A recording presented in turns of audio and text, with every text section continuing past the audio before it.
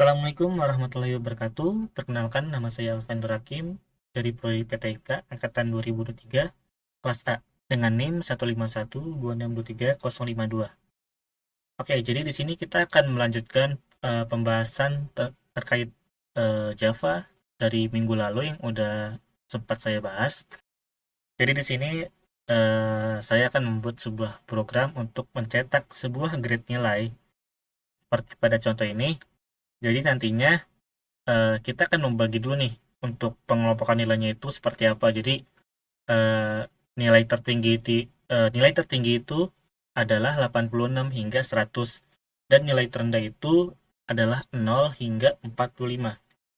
Dari nilai-nilai ini akan diklasifikasikan menjadi beberapa kategori. Seperti pada contoh yang di atas ini, dari nilai 86 itu sampai 100 akan diklasifikasikan menjadi nilai huruf, yaitu A, bobotnya adalah 4, dan keterangannya itu adalah lulus.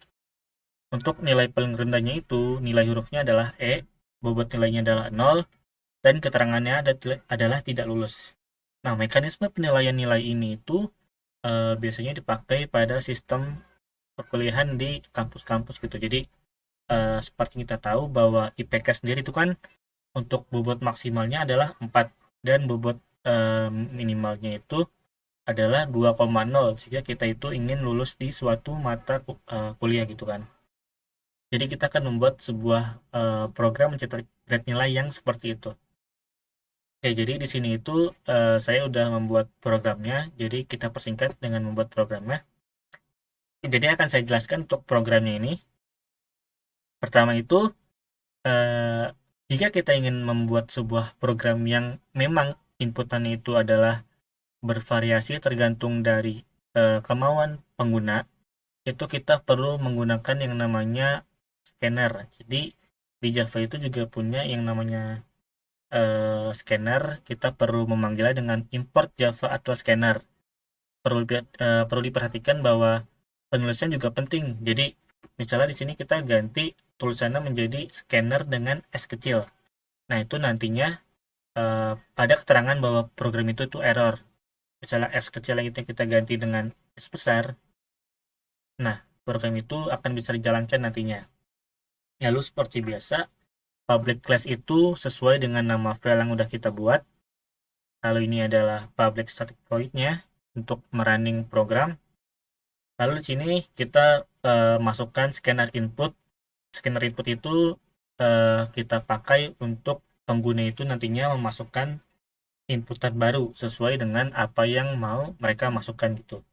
Lalu di sini untuk string pengulangan, untuk string ulang saya pakai untuk pengulangan atau yang biasa disebut dengan looping. Jadi misalnya nanti user itu udah melakukan sebuah inputan nih, satu nilai, tapi dia tuh mau nyoba nilai yang lain. Nah, dari string ulang ini itu bakal saya pakai buat mekanisme looping.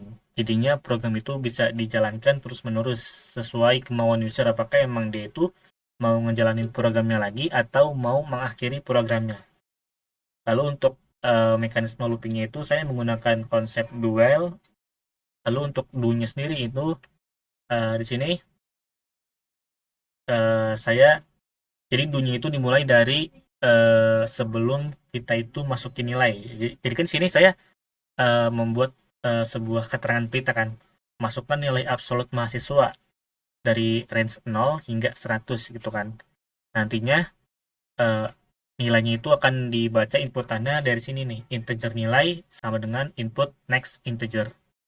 Lalu ini untuk kondisional sendiri saya batasin menggunakan if condition, di mana untuk nilai yang di bawah 0 dengan nilai yang ada di atas 100 itu nantinya akan diberi peringatan bahwa nilai itu tidak valid, sehingga pengguna itu perlu memasukkan nilai sesuai dengan ketentuan. Lalu di sini adalah keterangan jika eh, nanti pengguna itu mereka itu melakukan kesalahan penginputan. Jadi misalnya pengguna itu masukin angka di bawah 0, yaitu angka negatif, dengan angka di atas 100. Jadi misalnya kita nggak pakai ini, nantinya kalau dia itu benar-benar salah masukin angka, program yang dia pakai itu bakal langsung berakhir. Jadi makanya kita di sini juga nerapin program looping gitu. Jadi misalnya dia salah masukin angka, dia masih bisa ngulang programnya tanpa harus running ulang gitu. Lalu di sini saya buat eh, string untuk pembacaan kodenya nanti. Di sini untuk string nilai huruf untuk eh, apa ya, mengkonversi atau mengklasifikasikan dari nilai yang udah kita masukin. Misalnya di sini kita lihat nih. Di sini kan nilai absolutnya misalnya 86 sampai 100. Nah, kan itu dibaca sebagai nilai A gitu kan. Jadi di sini fungsi stringnya itu saya pakai untuk agar nilai yang udah dimasukkan tadi itu bisa dibaca oleh eh, program sebagai nilai A gitu kan. Lalu untuk double bobot ini adalah untuk bobot nilai huruf, karena ini kan sama-sama huruf ya.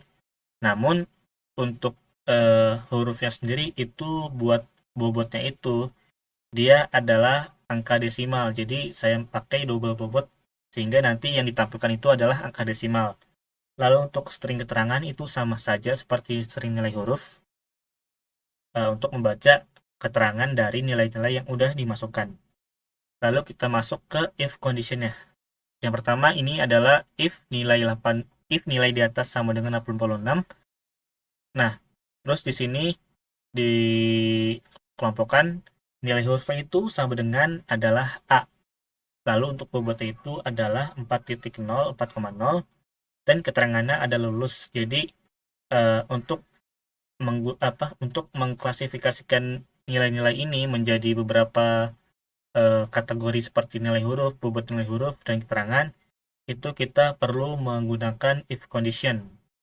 Jika memang itu cuma ada dua jenis angka, itu kita cuman pakai else, if, dan else. Tapi jika memang ada banyak banget opsi di sini, itu kita makainya if else gitu.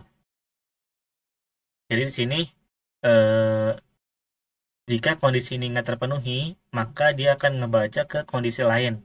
Jadi kondisi lainnya itu misalnya else if nilainya itu di atas 81, maka nilai hurufnya itu adalah A min nilai hurufnya. Dan bobotnya adalah 37. Keterangannya ada lulus. Jadi di sini adalah uh, if condition agar program itu bisa ngebaca dari angka yang dimasukkan gitu. Jadi misalnya kondisi ini nggak terpenuhi, program akan ngebaca ke kondisi ini.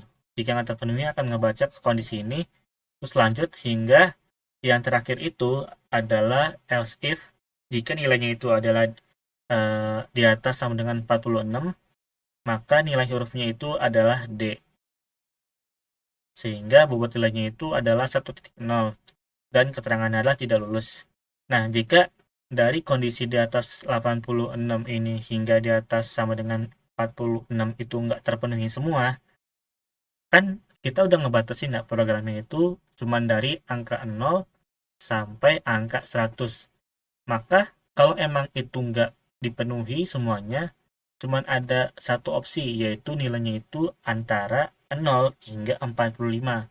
Karena jika angkanya itu di bawah 0 atau di atas 100, itu nggak mungkin. Karena kita udah ngebatasin inputan angka yang bisa dimasukin oleh user. Seperti itu. Lalu di sini kita buat perinan apa sebagai penjelas agar nantinya itu user itu bisa ngebaca keterangan-keterangan dari tiap output yang dihasilkan oleh program. Misalnya di sini ini untuk judulnya sistem output grade nilai mahasiswa, karena di sini kan sistemnya mirip seperti yang digunakan oleh kampus untuk menilai mahasiswanya. Lalu di sini adalah nilai absolut. Nah, nilai absolut ini kan kita cuma pakai perinan doang ya. Terus kita pakai inputan-inputan yang yang dimasukkan oleh user tadi itu kita panggil dari hasil importnya. Misalnya di sini nilai absolutnya adalah kita pakai tadi dari integer nilai gitu kan. Kita panggil dengan plus nilai. Itu nantinya dia akan memanggil hasil dari scanner dari nilainya gitu. Lalu di sini nilai hurufnya itu dipanggil dari string nilai huruf, terus bobot nilai dari bobot yang tadi udah kita bikin, lalu string keterangannya itu dari keterangan yang di sini nih. Nah, lalu di sini seperti yang tadi ketika user itu dia salah masukin angka yang tidak valid, kita buat juga tuh perulangannya di program yang udah benar. Jadi misalnya program udah masukin nilai ini, user udah masukin nilai di sini. Misalnya dari 0 sampai 100 dia masukin kan bebas tuh. Nah, kan nanti program itu bakal ngecetak hasil nilainya ya. Setelah ngecetak kan kalau kita nggak pakai ini, itu program emang langsung ngakhirin programnya gitu kan. Kalau misalnya kita mau ngebuat sebuah program yang uh, emang dia itu bisa digunain lagi oleh user, itu kita perlu masukin loopingnya di sini. Kita kasih keterangan dulu apakah ingin memasukkan nilai lain gitu kan. Di sini inputannya cuma ada y sama n gitu. Lalu di sini kita masukkan lagi ulangnya untuk looping itu input next, terus sistem out print kita kasih kosong, jadi semacam print kosong gitu kan. Lalu dari sini fungsi while kita taruh di akhir, while ulang equals ignore case. Dan jadi di sini fungsi while ulangnya itu yang dibaca adalah y. Lalu untuk inputan jika program itu udah berakhir, nanti akan dikasih tahu bahwa terima kasih telah menggunakan program ini. Terus input kita close inputan aja, jadi udah nggak ada program yang berjalan lagi. Oke, jadi di sini kita langsung aja coba buat running programnya. Kita running di sini. Nah, di sini kan yang udah kita bikin tadi tuh, masukkan nilai absolut dari mahasiswanya. Kita coba dulu nih dari yang nilainya tidak valid. Jadi kan nilai yang nggak valid itu adalah nilai di bawah 0 dan di atas 100. Misalnya nilai di atas 100 itu adalah 101. Nah, dia akan ngasih tahu tuh bahwa nilai itu nggak valid. Terus masukkan nilai itu sesuai ketentuan dan kita tuh dikasih opsi apakah kita mau masukin nilai ulang atau enggak. Misalnya kita pencet Y, nah kita disuruh buat masukin nilai absolut yang lainnya. Misalnya kita di sini masukin nilai 97. Nah, karena kan 97 itu di bawah 100 dan di atas dari 86. Jadi ya di sini dia dibaca sebagai nilai A dan bobotnya itu adalah 4 serta keterangannya adalah lulus. Jika kita masukin nilai itu di bawah dari 46, sebagai contoh kita ulang dulu programnya.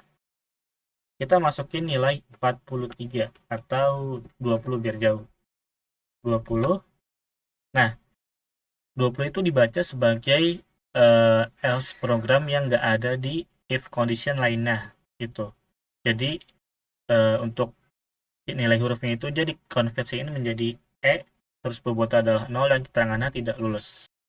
Jadi seperti itu fungsi dari grade nilai dan eh, perulangan atau yang disebut sebagai looping. Di sini kita coba akhirin programnya. Nah, program itu telah berakhir, terus ada keterangan bahwa terima kasih telah menggunakan program. Jadi sekian penjelasan dari saya pada video penjelasan tentang Java menggunakan untuk mencetak sebuah grade nilai. Sekian dari saya. Wassalamualaikum warahmatullahi wabarakatuh. Terima kasih.